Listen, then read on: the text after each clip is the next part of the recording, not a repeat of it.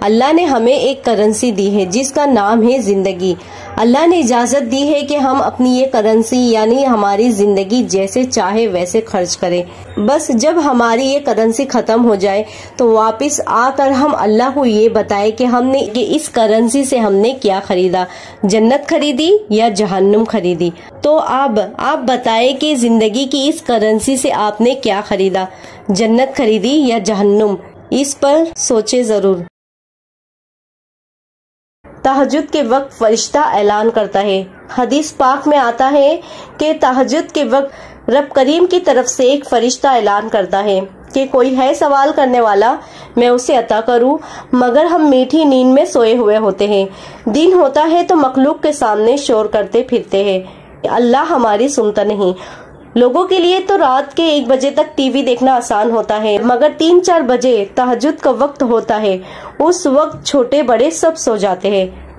ایک وقت تھا کہ رات کے آخری حصے میں جب لوگ آبادی سے گزرتے تھے تو انہیں قرآن کی تلاوت کی آواز آیا کرتی تھی، لیکن افسوس آج لوگوں کے گھروں سے ٹی وی کی آواز آیا کرتی ہے۔ ہمیں چاہیے کہ ہم ہماری آخرت کے لیے پوری کوشش کریں، کیونکہ معلوم نہیں اب زندگی ہماری کتنی بچی ہے۔ ہم تو موت کے بارے میں کچھ جانتے ہی نہیں ہیں، ہاں مگر اتنا پتا ہے کہ اس دنیا سے جانا ضرور ہے۔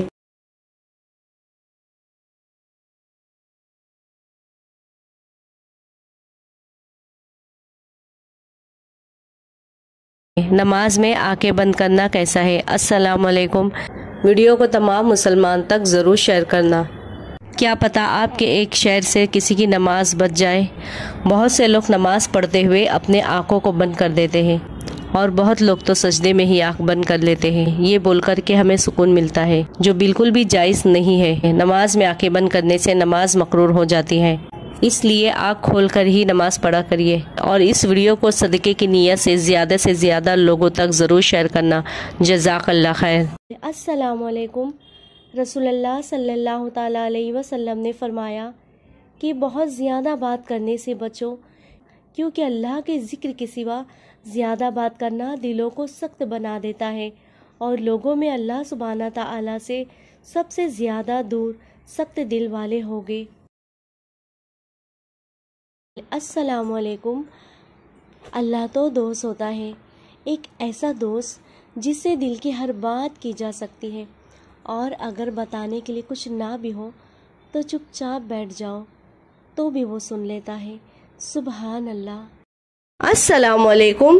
اللہ کے خوبصورت ناموں میں سے ایک نام ہے الودود، جس کا مطلب ہے محبت کرنے والا۔ جتنا بھی پیار آپ اپنے لائف پارٹنر سے کرتے ہیں، اپنے ماں باپ سے کرتے ہیں، اپنے بچوں سے کرتے ہیں، اپنے بھائی بہن سے کرتے ہیں، یہ محبت کی ایک ہلکی سی جھلک ہے۔ یہ محبت اللہ نے آپ کے دل میں ڈالی ہے، تو آپ سوچیں کہ جس نے محبت کو بنایا ہو وہ کیسا ہوگا۔ اللہ اپنے مخلوق سے محبت کرتا ہے، اور مخلوق اللہ سے محبت کرتی ہے۔ بس یہ سمجھ لیجئے کہ اس پوری کائنات میں کوئی آپ سے اتنی محبت نہیں کر سکتا جتنی محبت اللہ آپ سے کرتا ہے۔